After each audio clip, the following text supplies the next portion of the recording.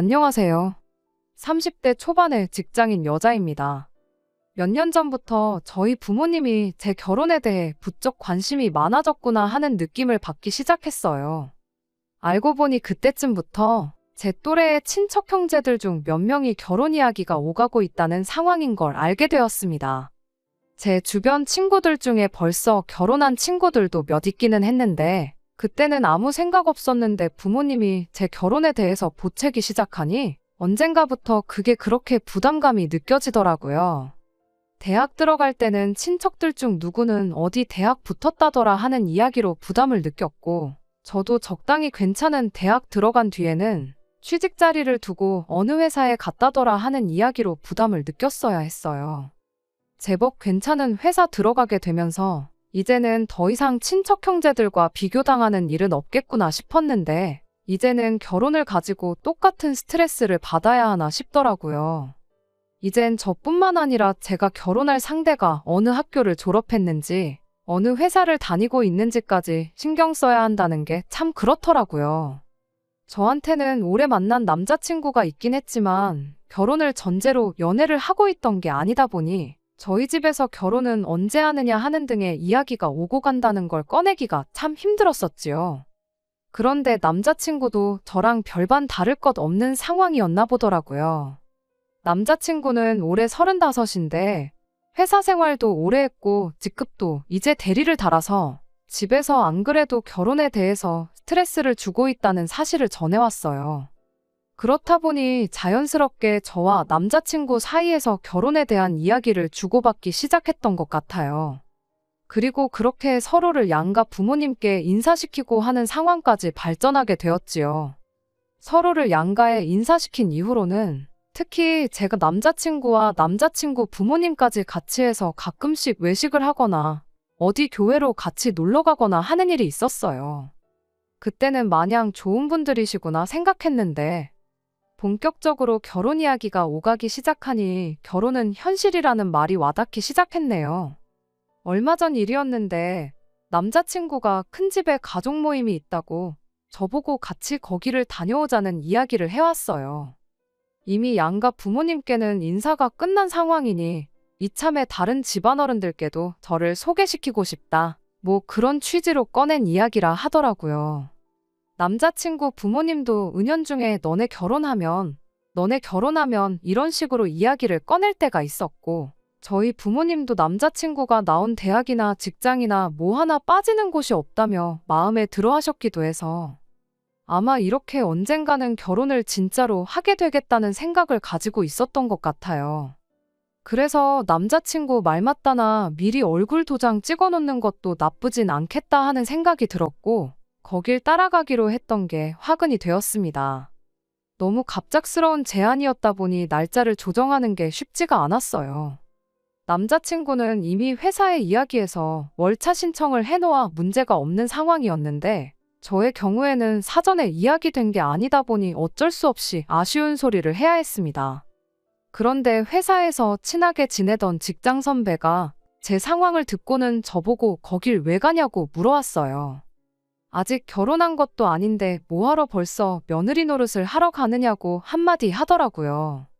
그 직장 선배는 벌써 결혼한 사람이고 시댁 식구하고 안 좋게 지내는 걸 알고는 있었는데 남자 쪽 가족들하고는 적당히 거리 두고 안 볼 수 있으면 최대한 안 보는 게 수라는 식으로 말을 해올 때 저도 순간 아차 싶기는 했습니다. 그런데 지금 와서 생각해보면 그 경고를 무시하고 남자친구 큰 집에 따라갔다 온 게 정말 잘했다는 생각이 드네요. 회사에서는 그날 하루를 전부 다 빼줄 수는 없고 대신 퇴근을 조금 일찍 할 수 있게 조정해주겠다고 했어요. 대신 뭐 반차도 안 쓰게 해주고 제 사정을 좀 봐주기로 했고요. 회사에서 진행 중인 프로젝트가 있는데 제가 주축으로 진행하던 일이기도 했고, 마침 그날이 다른 회사 직원들까지 같이 미팅에 참여하기로 되어 있어서 더더욱 그날에 월차를 쓸 수가 없었습니다. 남자친구에게는 늦지 않게 도착하겠다 말하고 주소를 받아놨는데 제가 따로 출발해서 늦지 않게 도착하겠다는 그 말을 잘 못 알아들었었나 보더라고요. 바쁘게 회의를 끝내고 조금 이른 퇴근을 하고 부랴부랴 출발을 했는데 전화기를 보니 남자친구한테 어디냐, 어딘데 아직도 연락이 없냐 하면서 전화에 문자까지 잔뜩 보내놨더라고요. 미팅 때문에 전화기를 신경 쓸 겨를이 없어서 연락을 다 놓쳤던 건데 아무튼 남자친구한테 지금 출발한다고 전화를 몇 번이고 했는데 전화를 안 받길래 뭐 급한 척 하더니 급한 게 아닌가 싶기도 하고 아니면 거기서 바쁜가 싶기도 해서 별 신경 쓰지 않고 저는 저대로 출발을 했습니다. 그렇게 남자친구 큰 집에 도착을 했네요. 서두른다고 했지만 평소 퇴근 시간보다 조금 일렀을 뿐이지 한참 차가 막힐 시간이라 예상한 시간보다 더 늦게 도착을 했어요. 도착하고 나서도 남자친구가 전화를 안 받으면 어쩌나 걱정을 했는데 다행히 도착하자마자 남자친구한테 어디냐고 연락이 왔네요. 집은 주택이라 찾기가 쉬웠어요. 마당도 넓고 식구가 몇 명이나 온 건지 집 주변부터 해서 차가 잔뜩 주차돼 있고 집안에서 웅성대는 소리가 바깥까지 들릴 정도로 시끌벅적하니 안 봐도 이 집이겠구나 싶었습니다. 주차하고 차에서 내리니 때마침 남자친구가 저를 데리러 나왔더라고요. 그런데 표정이 뭔가 안 좋아 보였어요. 한참 바쁘게 일하다 온 사람한테 고생했다는 말이 먼저가 아니고 저보고 너무 늦었다면서 음식 준비하는 거 하나도 못 도왔으니 정리할 때는 꾀부리지 말고 열심히 하라고 핀잔을 주더라고요. 그때 직장 선배가 한 말이 머릿속을 스쳐 지나갔네요. 아직 결혼도 안 했는데 며느리 노릇 하러 가냐던 그 말이 말이에요. 나 손님으로 오는 거 아니었냐.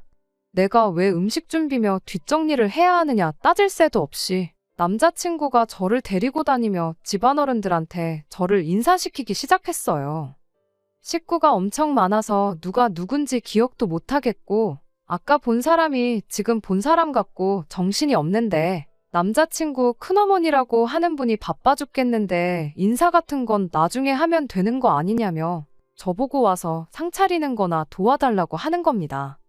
남자친구는 그러세요 하고는 저를 두고 친척 어른들이 따로 모여 있는지 시끌시끌한 방 안으로 휙 가버리더라고요. 주방에 있는 친척분들한테는 인사도 제대로 못 드렸는데 얼떨결에 붙잡혀서 음식 나르는 걸 도와줬어요. 남자친구가 기어코 친척분들한테 저를 소개시키고 싶다고 해서 애써 우리 회사 사람들은 물론이고 타 회사 사람들한테까지 양해를 구해가며 억지로 시간을 내가지고 먼 길 운전까지 하고 와서 내가 생전 처음 보는 사람들 집 주방에서 뭘 하고 있는 건가 싶었습니다. 남자친구가 음식 준비 하나도 못 도와줬으니 눈치 보라고 했던 그 말도 계속 머릿속에 맴돌고 그런데 가만 보니까 주방에서 음식들 하나씩 해다 나르는 건 온통 여자들 뿐이었고 남자친구를 포함한 남자 식구들은 전부 그 시끌시끌한 방에 모여서 하고 있던 게 먼 해외 스포츠 경기를 보고 있었습니다. 몇 개나 붙여놓아 거실을 꽉 채운 밥상은 이미 다 준비가 되어 있던 상황이었는데 그 집구석 여자들은 한 명씩 돌아가면서 그 방 앞에 기웃거리면서 식사 준비됐다, 진지 드시라 하면서 눈치만 보며 차려놓은 밥도 못 먹고 가만히 앉아 있더라고요. 그놈의 해외 축구 경기가 뭐라고 한국 선수 한 명 나오지 않는 경기를 두고 누가 더 잘하네 마네 하면서 아주 축구 감독인 것 마냥 지들끼리 토론을 하고 있더라고요. 나와서 밥 먹으라고 한 명씩 돌아가면서 사정을 하다시피 하는데도 듣는 둥 마는 둥 하면서 지들끼리 저렇게밖에 못하냐며 TV 속 축구 선수한테 열을 올리고 있는데 그 꼴이 참 어이가 없었습니다. 전반전이 끝난 건지 그제서야 한두 사람씩 나와서 밥상머리 앞에 기웃거리는데 후반전을 시작부터 챙겨봐야 했는지 경기 시작하는 소리 듣겠다고 TV 소리는 어마무시하게 켜놓고 왔더라고요. 사람들 떠드는 소리에 시끄러운 TV 광고 소리까지 섞여가지고 정신이 없던 찰나에 후반전 시작하는 소리가 들리니까 몇 명은 먹던 밥 내려놓고 방으로 다시 들어가질 않나. 몇 명은 커다란 접시에다가 지들 입에 맞는 반찬 몇 개씩 가득 집어다가 방으로 들어가질 않나. 아주 난리도 아니었습니다. 더 어이가 없던 건 그걸 가지고 아무 말도 안 하고 있던 그 집구석 사람들이었어요. 남자친구도 그 와중에 이 집에 아는 사람 없는 저를 챙겨주는 게 아니고 축구 보겠다고 방에서 가까운 자리에 앉아가지고는 저는 안중에도 없었습니다. 정신이 없어서 기억은 안 나는데 후반전 시작하자마자 방으로 제일 먼저 들어간 게 남자친구였었을 거예요. 밥상머리 예절도 아주 더럽더라고요. 숟가락 놓고 일어났으면 그만인 거지. 방에 접시 들고 들어갔던 사람들 몇 명은 다시 나와서 고기 몇 개 집어가고 차려놓은 뷔페도 아니고 아주 가관이 따로 없었습니다. 식사가 다 끝나니 거실이랑 주방이랑 이어져 있는데도 굳이 지들 TV 보면서 밥 먹겠다고 가져갔던 접시들을 주방 싱크대에 담궈두는 게 어려운 일은 아니었을 텐데 굳이 그걸 꾸역꾸역 들고 와서는 차려놓은 밥상 위에 먹던 접시들 그대로 올려두고 다시 방으로 들어가고 그 와중에 그걸 가지고 뭐라 하는 사람 하나도 없는 게 어이가 없더라고요. 우리 집이었으면 상상도 못했을 일들이 눈앞에 펼쳐지니 아무리 집집마다 가풍이 다르다고 해도 도무지 적응이 되질 않았습니다. 그걸 보고는 군말도 없이 그릇 치우고 설거지하고 그러는데 전 일부러 아무것도 안 했어요. 애초에 꿔다 놓은 보릿자루도 그날 저보다 대접을 더 받았을 거예요. 아무도 저 신경 써주거나 챙겨주는 사람도 없고 남자친구 부모님도 저랑 같이 밖에서 봤을 때는 그렇게 좋은 분이 따로 없더니 온 식구들 모여있으니 저는 안중에도 없더라고요. 그러다가 어느 정도 뒷마무리 끝나고 나서 드디어 남자친구 어머니가 저한테 관심을 가져줬는데 기껏해야 한다는 소리가 아무것도 안 도와주고 가만히 있냐는 소리였어요. 거기에 이어서 한다는 말이 이참에 과일 깎을 줄 아는지 봐야겠다며 저를 데리고 가려고 하는데 이게 여태까지 내가 알고 지냈던 좋은 분이라고 생각했던 남자친구와 남자친구 부모님이 맞나 싶었습니다. 저를 인사시키겠다고 가족 모임에 데려온 게 인사시키는 게 아니고 우리 며느리가 이렇게 싹싹하고 일도 잘해요 하고 자랑하려고 데려온 게 아닌가 싶었어요. 남자친구가 그날 저한테 아예 신경을 안 쓴 건 아니었지요.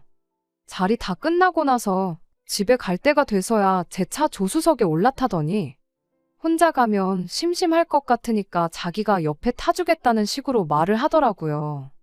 남자친구 집까지 데려다주고 다시 저는 집으로 가려면 또 길을 돌아가야 되는데 이게 배려라고 하는 소린가 싶었습니다. 꼴을 보아하니 남자친구 부모님은 두 분 다 술을 조금 드셔서 운전을 못하는 상황이고 자기는 또 내일 약속이 있으니 제 차 타고 편하게 가려는 속셈인 게 너무 뻔히 보였네요. 차라리 잘 됐다고 생각했어요. 그날 일에 대해서 남자친구한테 한 소리 하고 다음부터는 이런 일 없게 해달라고 단단히 일러둘 생각이었거든요. 그런데 남자친구는 제가 하는 소리를 듣곤 늦게 와서 편하게 해놓은 음식 먹어놓고는 뭐가 그렇게 불만이 많냐고 하더라고요. 엄마 말 들어보니 뒷정리도 거의 안 도와주고 과일도 깎을 줄 모르는 것 같더만 자기 식구들 앞에서 안 혼난 것만으로도 다행스럽게 여기랍니다. 제가 결혼하면 지네 집 식구 되는 건데 지네 집 분위기는 원래 이러니까 제가 적응을 하는 게 당연한 거라고 하면서 오히려 보는 눈이 한두 개가 아니니까 다음부터는 저보고 말 안 나오게 잘 행동하라고 경고를 하더군요. 결혼할 때 되니까 본성이 나오는 건지 결혼 이야기 오고 가니까 이제 다 잡은 물고기라 막 해도 상관없다고 생각한 건지 모르겠는데 차라리 결혼하기 전에 진짜 본성을 알게 된 게 참 다행이구나 싶었어요. 그리고 이 결혼은 하는 게 아니라는 확신이 들었습니다. 며느리 자리가 무슨 벼슬자리라고 이 남자랑 결혼해서 이 집 식구가 되면 사람 대접은 고사하고 식모 대접도 제대로 못 받겠거니 하는 생각이 들더라고요. 마침 고속도로 달리는 중에 휴게소 사인이 보였는데 남자친구가 화장실 좀 다녀와야겠다고 차 좀 세워보라고 하더라고요. 금방 다녀온다고 차에서 내리는데 남자친구가 화장실 들어가는 거 보자마자 그대로 차를 출발해서 저 혼자 집으로 왔네요. 휴게소에 혼자 남겨진 걸 눈치챈 남자친구가 그때부터 쉬지 않고 계속 전화를 하길래 전화기 꺼버리고 그대로 집으로 와버렸어요. 아침에 핸드폰 켜보니 카톡이 100개가 넘게 와 있었어요. 좋은 소리는 당연히 하나도 없었고요. 그날 점심쯤 돼서 연락이 또 와서 이번엔 전화를 받아줬더니 그때도 잔뜩 화가 나서는 저한테 제정신이냐고 사람을 그 늦은 밤에 휴게소에 버리고 가는 사람이 어딨냐고. 택시비가 얼마나 나온지나 아냐고 따지고 드는데 그 와중에도 자기가 뭘 잘못해서 그 밤중에 휴게소에 버림받고 남게 되었는지 뉘우치기는커녕 택시비 걱정하는 게 정말 잘 두고 내렸다는 생각밖에 들지 않았네요. 내가 간밤에 휴게소에 두고 간 게 사람이었냐고. 사람이면 해선 안 될 소리를 내길래 사람 아닌 줄 알았다고 하고 저도 한마디 했네요. 당연한 수순이겠지만 그렇게 투닥거리다가 제가 회사 일로도 정신이 없는데 남의 집 식모 자리에 취직할 생각은 당연히 없다고 결혼은 없었던 일로 하자고 파혼선언 해버렸습니다. 그리고 그제서야 남자친구한테 잘못했다. 심지어 남자친구 부모님한테까지 그날 그게 그렇게 섭섭했다면 미안했다는 연락이 오기 시작했는데 일 없다고 하고 싹 다 무시해버렸습니다. 횟수로만 따지면 거의 3년이 가까운 오랜 인연이었는데 솔직히 아쉬운 건 제가 허비한 시간밖에 없는 것 같아요. 결혼도 하기 전에 남자친구 집도 아니고 큰 집에 며느리 노릇하러 가는 것도 아닌데 뭐 하러 가냐는 직장 선배 말도 일리가 있지만 정말 잘 다녀왔다고 생각합니다. 직장 선배는 똥인지 된장인지 찍어 먹어봐야 아냐는 투로 한 말이겠지만 솔직히 그 전까지는 구분할 수 없었거든요. 정말 된장하고 똑같이 생긴 똥이었으니 찍어 먹어보고 알게 된 게 저의 경우에는 오히려 다행이라고 볼 수 있는 것 같아요. 된장인 줄 알고 결혼했는데 알고 보니 진짜 똥이었던 것보다 더러운 꼴 보더라도 직접 겪어보고 진짜 정체를 알아낼 수 있었던 거니 말입니다. 이번 파혼을 계기로 부모님하고도 대판 싸우게 되었어요. 말씀드렸던 것처럼 저희 부모님이 남자친구를 꽤나 좋게 보고 있던 게 이유였습니다.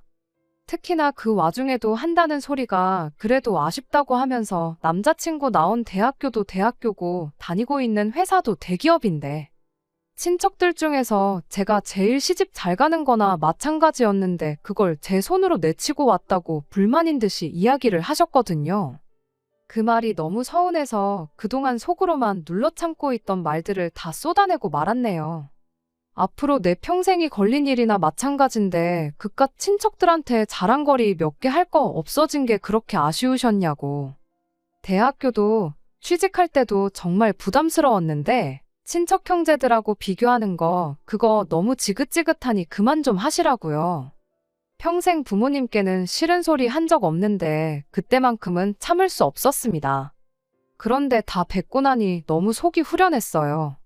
그간 알게 모르게 친척들 중에서 소위들 말하는 가장 잘 풀린 사람이 돼야 한다는 부담을 갖고 살았던 제 자신에게서 해방되는 기분이었습니다. 부모님하고는 그렇게 대판 싸웠지만 오히려 전화위복이 되었어요. 부모님께서는 제가 그렇게 부담을 느끼고 있는 줄 몰랐다며 저한테 미안하다고 사과를 해오셨고 앞으로는 그런 거 상관없이 평생 제 편에 서주겠노라는 말을 들었으니 말입니다. 파혼했지만 오히려 저한테는 모든 게 다 잘 풀린 것 같아요. 그간 열심히 살아온 보상을 받는 건지 아니면 운이 따라주는 건지는 아직도 잘 모르겠지만 적어도 앞으로는 진짜 제 인생을 살 수 있는 계기가 된 것 같아서 요즘은 자다가도 콧노래가 나오네요. 끝까지 들어주셔서 감사합니다. 오늘의 사연은 여기까지입니다. 구독과 좋아요, 알람 설정 부탁드리고 더 좋은 사연으로 다시 찾아뵙겠습니다. 감사합니다.